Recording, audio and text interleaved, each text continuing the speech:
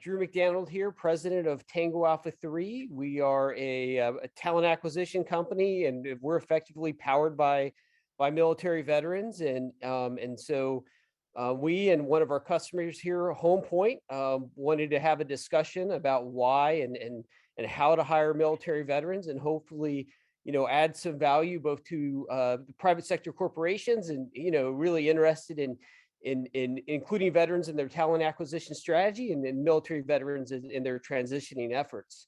And here I have John Driscoll with HomePoint, CEO. I have Jimmy Jimenez, who is one of our talent that John acquired. And then we have Tim Chapman here, the founder and of Tango Alpha 3, and a veteran himself. And so the way I thought I would start this off is give Jimmy a chance to talk a little bit about Jimmy HomePoint, and then why you think military veterans, why you think that's a good talent acquisition strategy for your business and for enterprises in general. Yeah, how's it going, everyone? My name is Jimmy Jimenez. I've been with HomePoint since late February, and it's been absolutely amazing. I mean, transitioning from the Army, which I spent about 9.5 years, to the civilian world has been, pretty rough, and HomePoint helped me a lot with it. Their values are kind of the same thing as the Army values, trust, loyalty, respect, honor, duty, absolutely everything. It's easy to transition from, being, at the age of 18, joining when, I'm freshly just an adult, to the civilian world. Right after that, I've had, nothing in between. And it's been such an easy process to do that with HomePoint. Awesome. Yeah, that was my bad. I meant to say John. So Jimmy is John's the CEO, and so Jimmy, thank you for giving that experience. But John, if you could kind of maybe give some background on HomePoint a little bit, and the value that you see in hiring veterans. Definitely. So with HomePoint, we launched the company 2.5 years ago, and our kind of forward-facing mission statement is to be the homeowner's trusted partner and effectively maintaining their home. We use the healthcare analogy. It's like having a concierge doctor, but for the house, not the people. But what I tell people, our real mission is to build a great team. We want to go to work in an environment with elite-minded people, where we have common goals, where we're adding tremendous amounts of value to the community, to our customers, to our teammates.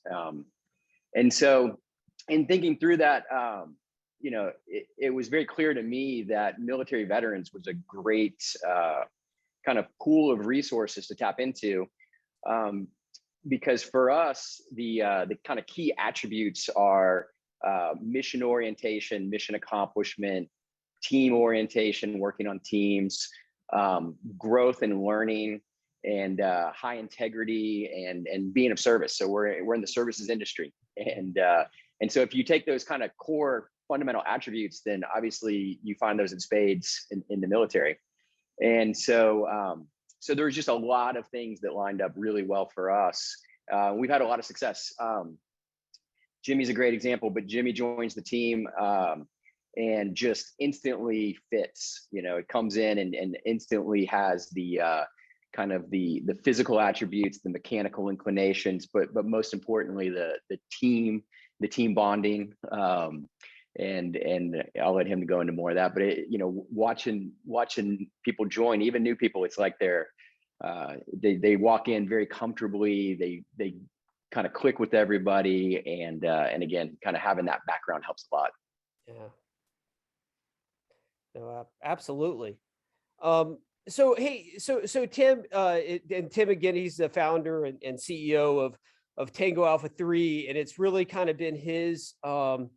I think a lot of it of us, our recognition of the importance of veterans and how they could help us really power our business comes from his personal experience. So, Tim, if you wouldn't mind kind of sharing a little bit about your experience transitioning and how that's kind of impacted, our direction as a company, and maybe some ideas of what you think enterprises, because there's a lot of well-meaning efforts out there, right, that you and I are both aware of a lot of well-meaning efforts, and what maybe some organizations can think about to make those well-meaning efforts and really execute against them for some wins for both their organization and for the veterans.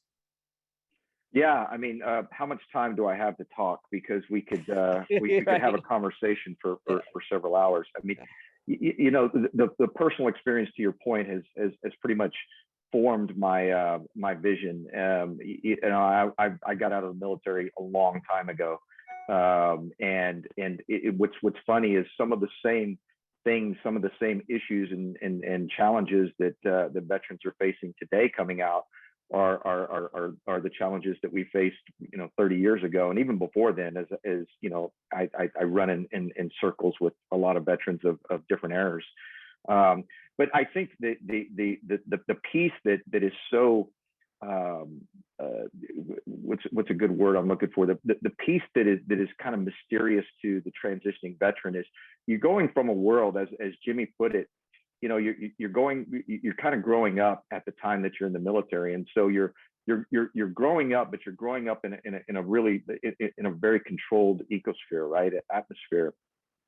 And so a lot of the things in the military that we take for granted of, frankly, are taking care of us. Our healthcare, our meals, our medical treatment, anything and everything that we need to live is provided for us by the military. And then whenever you get to a point to where a change is in motion and you decide that you want to get into the civilian world, that kind of gets thrown into chaos, right? So you imagine somebody like Jimmy coming out, spending 9 years in the military, and in one day, literally, he's got to figure out, and he doesn't, hopefully he's figured this out already, but a lot of soldiers don't, soldiers, sailors, Marines, and service members, to give them credit. But you know, you've got to figure this out. You got to figure out really simple things. You know, where do I live? How do I pay for utilities? What are utilities? You know, the whole gambit is thrust upon you, and that doesn't even include what you're going to do in terms of a career in your professional progression. And even though you have this skill set that the military, the U.S. military has invested in you as a person, as a soldier, sailor, Marine, Coastie, and everything else there is, you still haven't really put it all together for the civilian world. It's all been very militaristic in terms of the focus. And so there's that life change that occurs that doesn't take into account how you're going to apply your military skill set to your civilian life.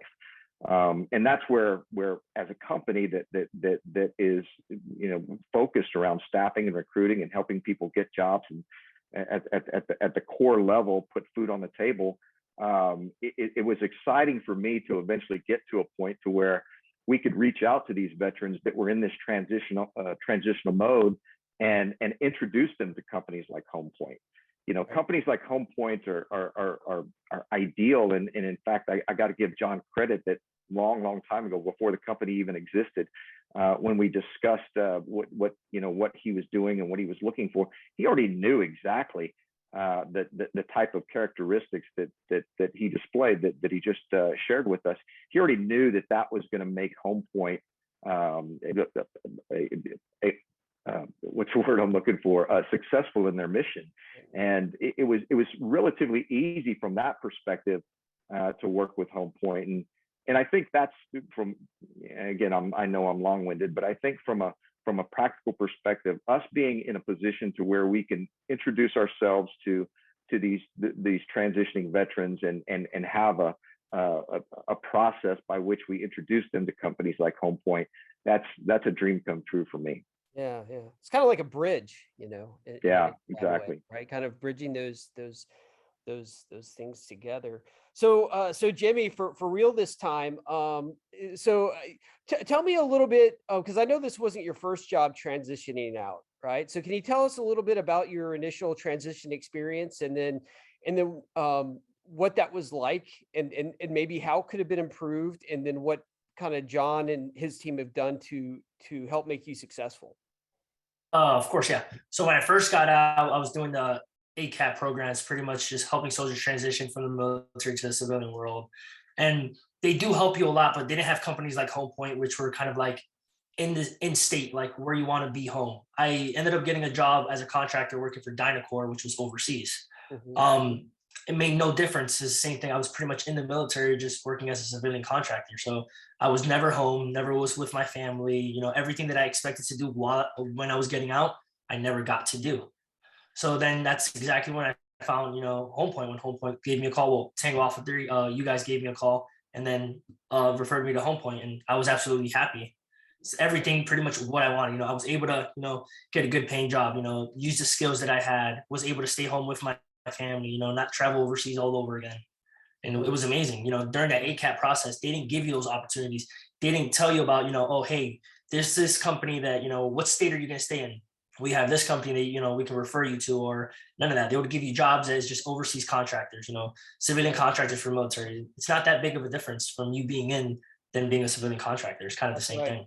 Yeah, you just the paycheck changes, right? But you Yeah. know, and who you I get mean, benefits from changes, but the mission is, yeah, you're absolutely. absolutely. So it's funny, Jimmy. I remember actually recruiting you, and when I did, I was recruiting you for another job, and so you were doing helicopter maintenance, right? Correct. And we kind of spoke through some different things, and then I just kind of, because we have a portfolio of customers, and then I just happened, is like, any chance that you have home repair experience, right, or have done home maintenance, and then you kind of went, it was kind of funny, right, because that wasn't even Yeah, really on your resume. exactly. Yeah. So for the recruiters out there, sometimes you have to dig a bit, because it's almost impossible to get someone in the military to include everything they've done on their resume. You have to kind of read in between the lines a little bit. So yeah, very, very, I love Jimmy's story. So Yeah, I agree. I mean, you have that one, job, your MOS, it's right. what you're special at, but you always have those, additional duties that you're assigned to, doing these repairs, being here, being a barracks manager here, or being the arms rooms leader. There's different things that you never include because it's never your main job. But there's so much challenge. I mean, sorry, there's so many, how should I say this? I lost my train of thought there, but there's so many things and skills that we do have that we never mentioned that we should. Yeah. Well, it's impossible to mention everything. Yeah. So, John, just going maybe back to you a bit. Like, one thing I've noticed in military is like so they have all this, a lot of them will come out with this really strong electromechanical experience, but then you just kind of have to tailor that in a little bit with, and train them in your specific industry, right? But so they're going to know how to use the tools, they're going to know what those are and how to use them, and they're not going to look at a screwdriver like they've never seen one before. But what a little bit does HomePoint do to take somebody that kind of has these raw attributes and help get them a new career going?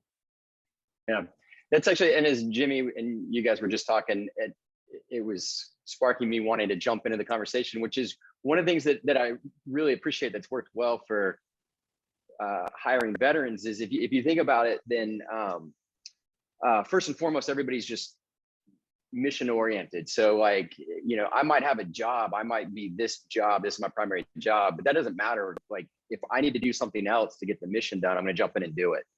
And in kind of traditional industry, especially in the service industry, you see people that say, no, I'm in this lane. This is my lane, right? Like, I just,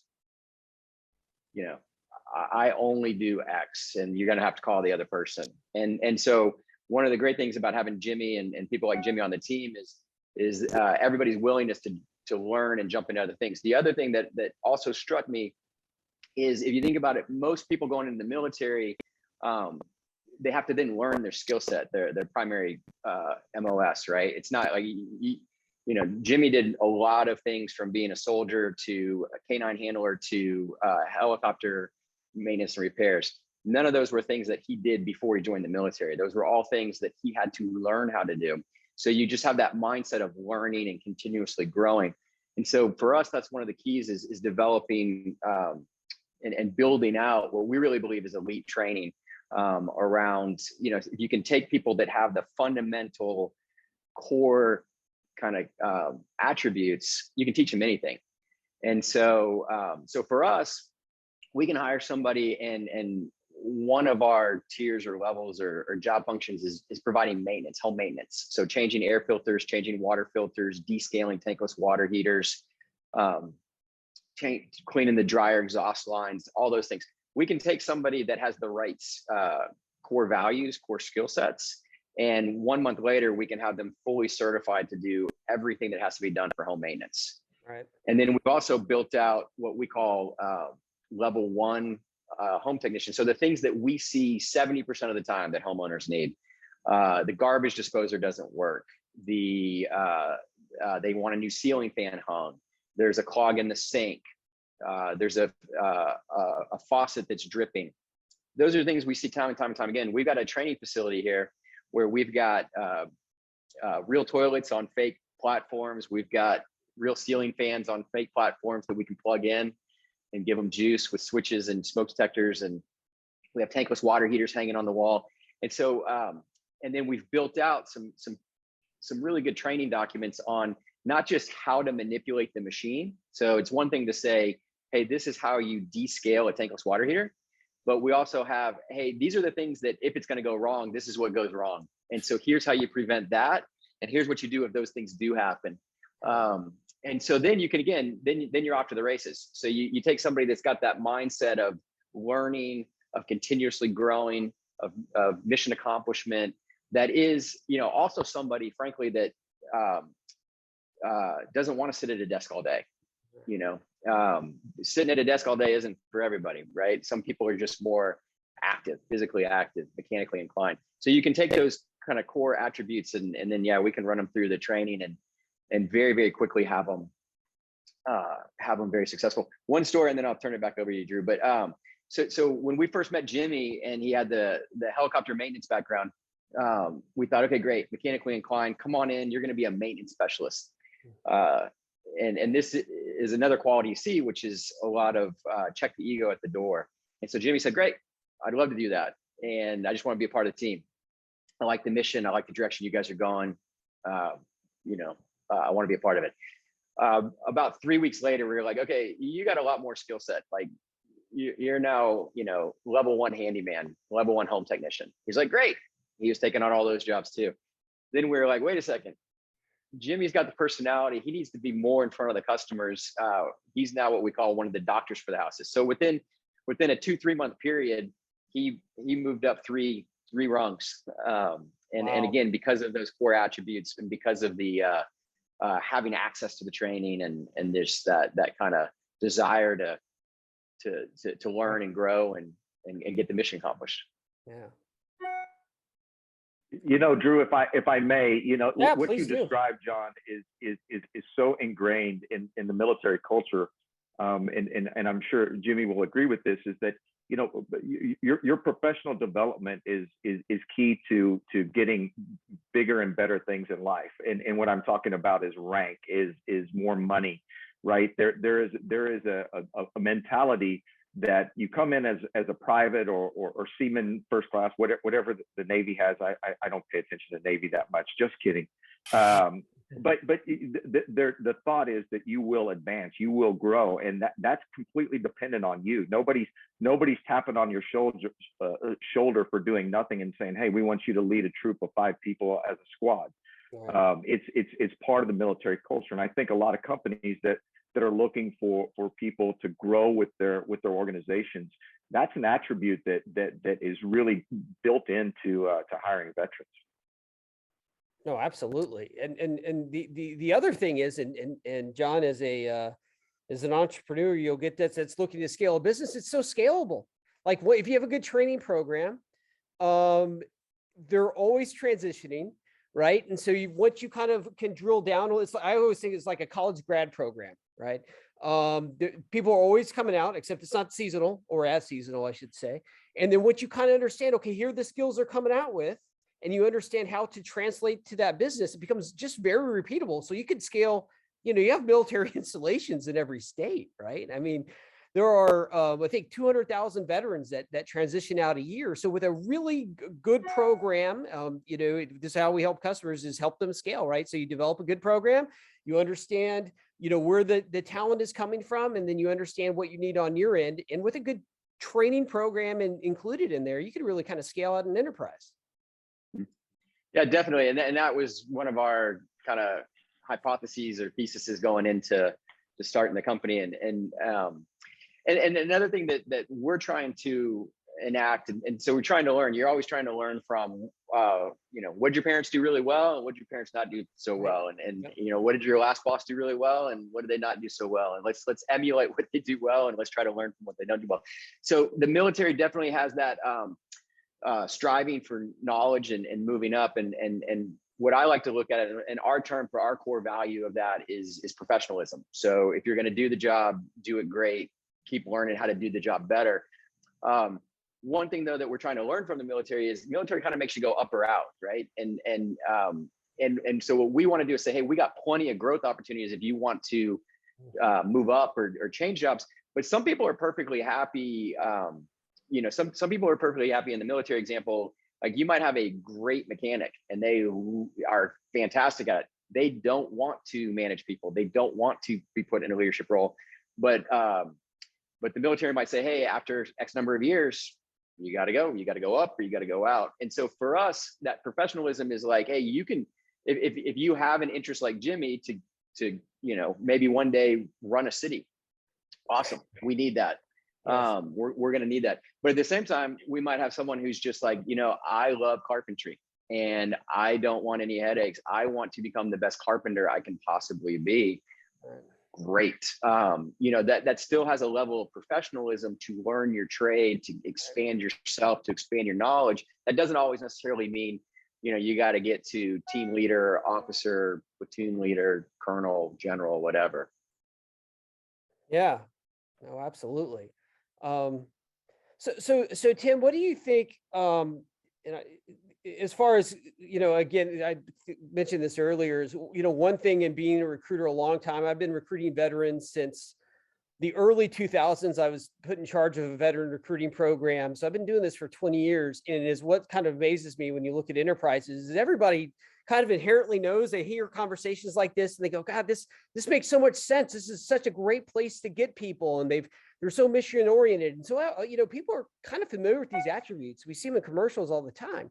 But there's also where the rubber meets the road, you have these well-meaning efforts, and then it doesn't translate right into reality. It becomes much more difficult to execute. So what are some tips that you think we have to help companies? Why do things go bad, and how can they be done better? Well, I think we're at a little bit of an advantage because, and to borrow a military term, keeping your head on a swivel. With respect to what we're trying to accomplish in terms of putting people to work, putting veterans to work, your example of recruiting Jimmy for one thing and then pivoting to something else, as you and I know, growing up in the recruiting industry, the best recruiters have unbelievable recall and the ability to match people that they've talked to in any course of their tenure with jobs that maybe aren't at the forefront of on their desk right now. So what ends up happening, and it takes some, just like anything else, right? From a recruiter's perspective, it takes a little bit of investment to understand and learn what MOS means. What's a military occupational specialty? How does that apply? And again, just because they were a 31 Charlie Alpha 4 Victor 9, does that mean that they only did radios? No, that means they also took care of a generator. That means they also were a battlefield medical technician, or they also took care of a tracked vehicle or a wheeled vehicle, or any number of things that are ancillary and tertiary to their primary job. So understanding the jargon is one thing, but being able to look at a resume and translate what these codes and numbers mean. And the military does a good job, I think, of providing some assistance to transitioning members that are coming out and helping them direct their resumes more toward the civilian world. But there's still a lot of gaps. Yep. And so the investment, to answer your question directly, the investment is learning what those military occupational specialties consist of, and what those the jobs that are similar, but maybe similar, maybe not similar, that could support the other activities that servicemen and women are responsible for. Yeah. The other thing too is obviously, and this is not a plug for us because there's a lot of companies that are out there doing this, is engage with companies that do a lot of hiring, veteran hiring, not only for the recruiting perspective, but also to understand what happens whenever you hire a veteran. Again, going back to my initial discussion or my initial statement about the transitioning worlds, right? That you have to be set up properly as a company from a mindset perspective initially to understand what that's going to look like, what the transition is going to look like for a serviceman or a woman that's coming out, and be there to support that effort. I would say the most successful organizations that have robust veteran military or veteran hiring programs also have some sort of transition program, right? Where it's a support system to help the veterans with it could be the most menial of issues to some pretty serious things with respect to PTSD or anything else that might be going on in their worlds, and having that going into it eyes wide open, knowing that the benefit way outweighs the lift with respect to hiring veterans, but being very, very cognizant and deliberate of setting up that support system for your hiring program. Yeah, no, the one thing is know why you're doing it, right? And there's got to be a business reason that really goes along with the, I guess, everyone feels good about doing it. It feels like the right thing to do. And that's good. But there's also there are some really good business reasons, and know those big, good business reasons and build business cases to do some planning. And so if you're not doing it ad hoc, it's kind of like, I think about, it's like, if you're bringing on, hey, I'm going to bring in, college grads, and I want to emphasize military veterans. So, I think part of the attributes we all see is they've done work in mission critical environments, right? So it's not a direct correlation, but you typically wouldn't want to just bring in one college grad by themselves, right? You'd want to ideally bring in teams of college grads and have a plan in place of how you're going to translate that experience over. And so if you know why, then you can kind of put together the business case for making those investments in building, engaging a company like us, or building your own infrastructure to make those things successful. Yeah. Drew, that's an amazing point that I completely forgot to mention, is that, I think understanding what you're trying to achieve in hiring veterans is absolutely key. It's got to be primary. And I'll share, if you'll allow me, a personal story that I think I've told you about. When I first got out of the military, and this was a long time ago, a week before I got out of the military, I was flying around in helicopters playing OP4 and doing really exciting kind of things. A week later, a friend of mine gets me a job with a company that is looking to hire veterans. And it was so far from being a fit. I was wearing and there's nothing against this type of work, just please don't get me wrong, but I was wearing a smock in a drugstore, stocking shelves, and I appreciated the opportunity, but at the end of the day, there was just something that obviously wasn't fulfilling to me in that transitioning. And talk about hitting me like a brick of wall, like me running into a brick wall. It was so vast of a difference of experiences that it was really a shock to the system. And I applaud the company for reaching out and wanting to hire veterans, but it was more to your point that this is the right thing to do. It wasn't because this is what we're trying to accomplish in hiring a veteran. Yes, that's right. So I think that's a really, really key point. And, part of the benefit that we have, Drew, and we've talked about this ad nauseum, is that we know we get involved with the customers that we work with, and so we know what we're representing to the veterans that are coming out, and we can be that advocate for them and say, hey, look, this is a great company. HomePoint, you know, John is a great person. He's running a great company that has a very, very bright future. Let me introduce you. Based on your skill set, the world is your oyster, so to speak, with companies like John. So I think that's super, super key. And I'm yeah.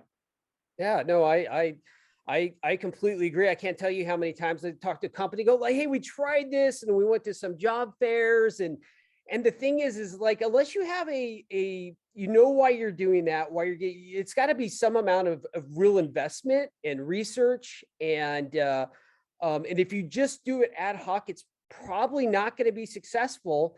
And then it almost soils people on doing it, right? It creates a bad experience for everybody. So one big thing I do, intentional, be intentional about it. If you have a high degree of intentionality about a veteran program, you're probably going to be successful. But if you make things up as you go, and you don't, lessons learned, and you don't have a good business case for making the investment for doing it, it's going to be, it could be a bit of a struggle.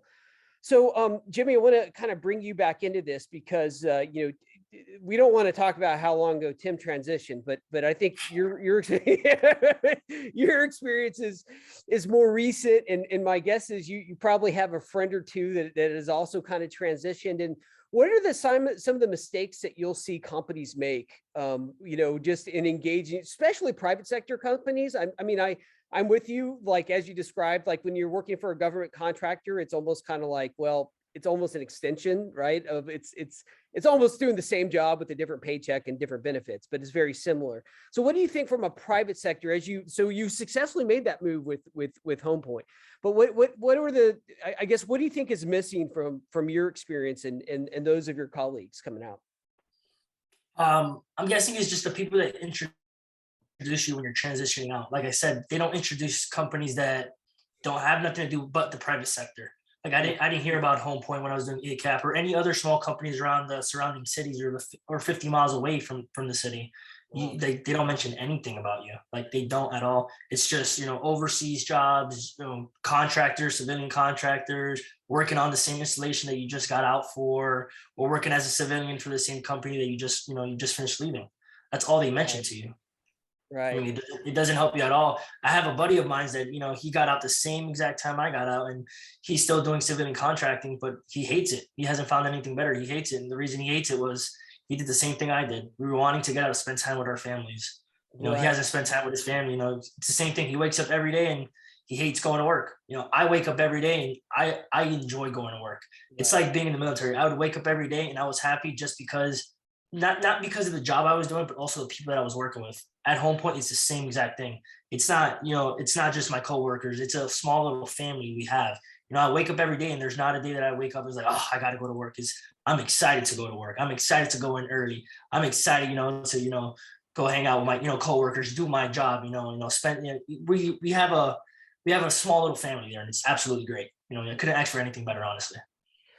So it's kind of interesting. We live in one of the fastest growing areas in the country. I mean, probably from an economic perspective in the world.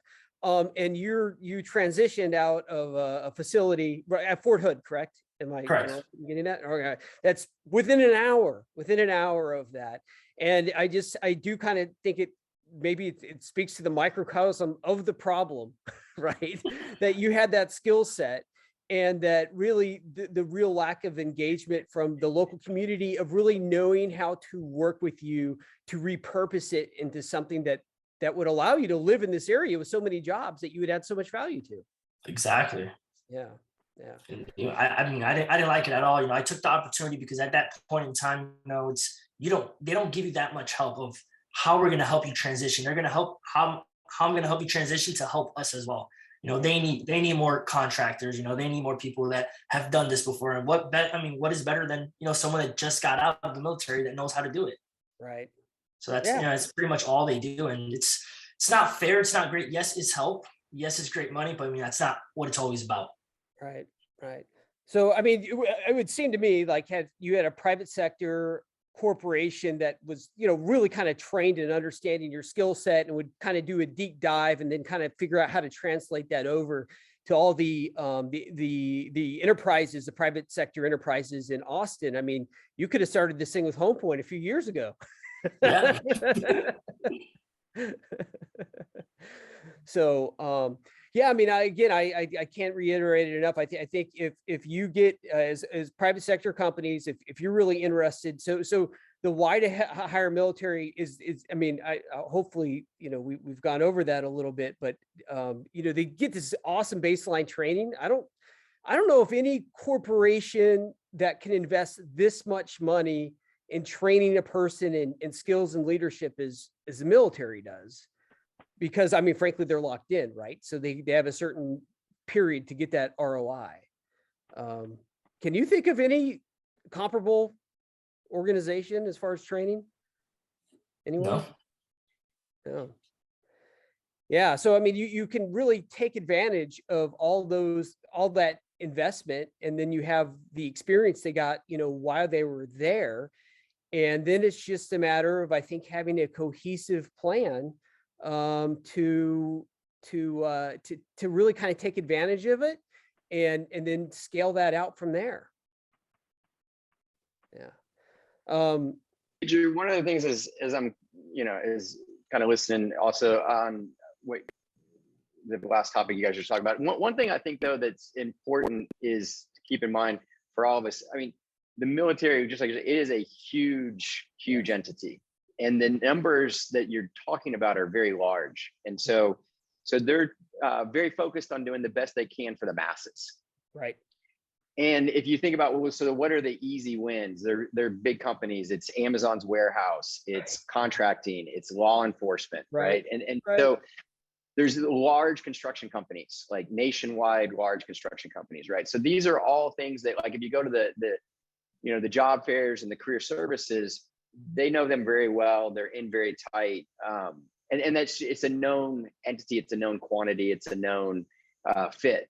And so really, I think and that's no fault by anybody. That's just the nature of the beast, right? Like if you work at Amex, or you work at IBM, or you work at Oracle, you're in a big machine. It's a big, you know, wheel that's kind of churning along.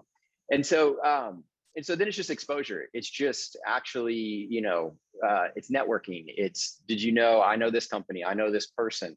And that's where I really think like a firm like Tango Alpha 3, again, can get to know some of the more mid-tier, small tier companies that have some diversities that people just don't know about. That the career services at Fort Hood don't have time to know about.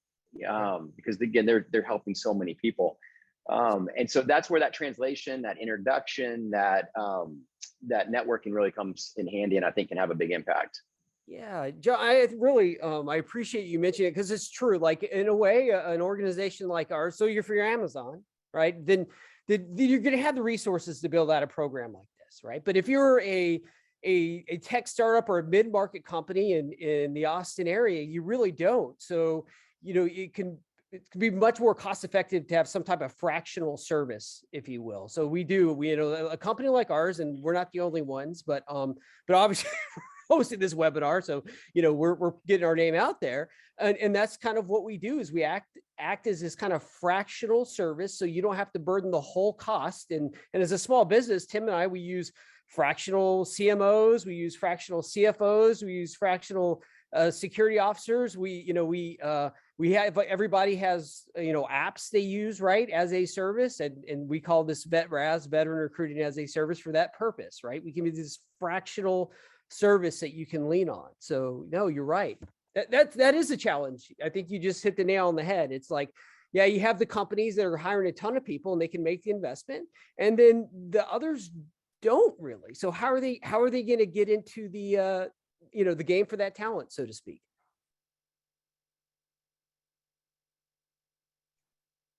Any thoughts there?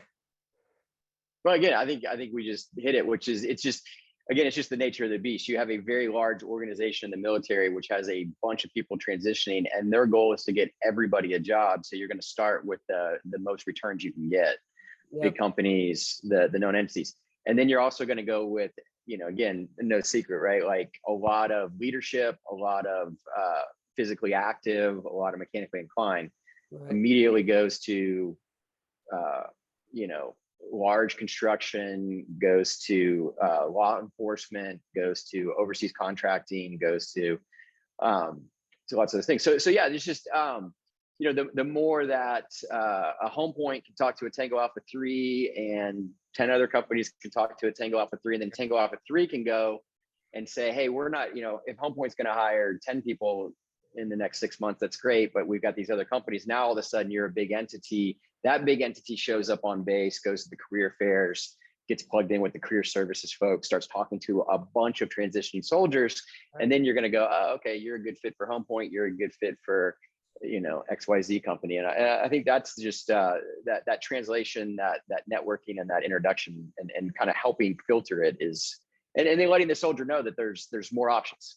It's not just DPS. So I went to one of the career fairs early on, and I mean, every soldier walked in, they immediately went DPS, Houston PD, large construction company. That's right. And yes. And overseas. So I was literally sitting in between DPS and overseas contracting, and that's just, everybody went right there. Yeah. No, I mean, I do think that is, one of the things we do as an organization is like, we have kind of a portfolio approach to recruiting, right? And so is what you're able to do with a portfolio approach to recruiting is you can spend more time understanding, opposed to like trying to do an immediate match, going, hey, I'm reaching out to you about this specific job. You can spend time understanding what someone's trying to do. And then on the back end, through understanding that translation and how it might work, kind of put pieces together. And then as an employer, what I appreciate is, and you guys have told me this, so we talked about at a general level, all of the great qualities of transitioning soldiers, which is great. That doesn't mean everybody's a fit for HomePoint.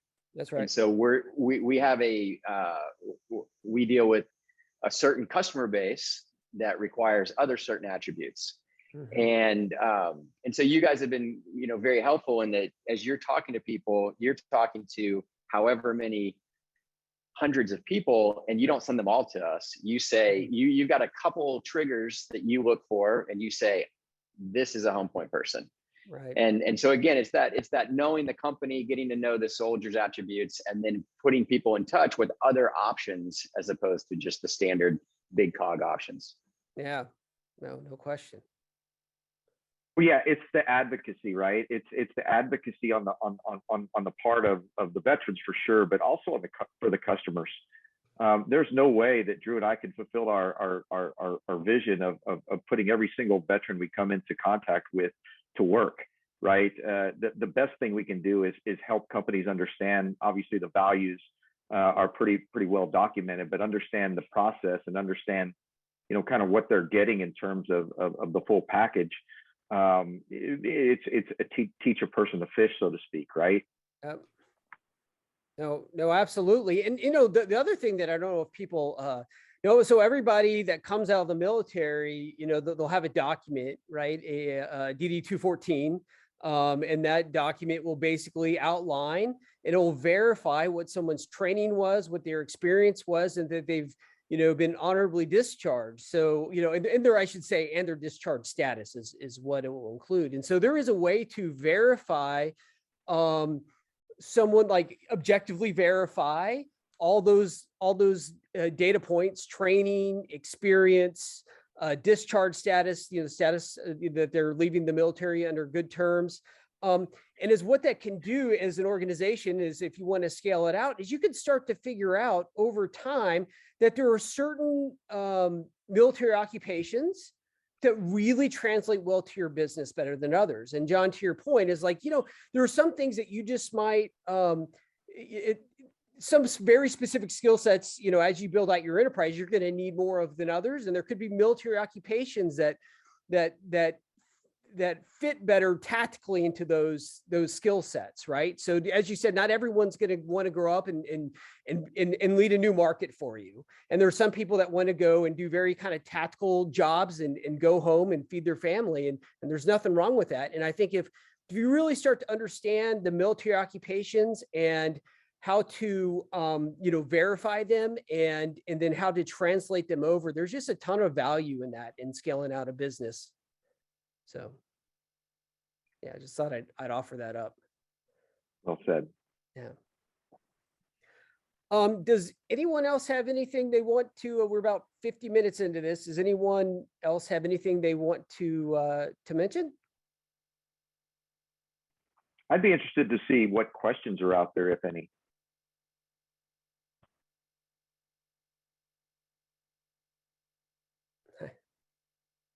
No questions. Everybody's got it. Can I give everyone a chance? Jimmy, do you have a last word here?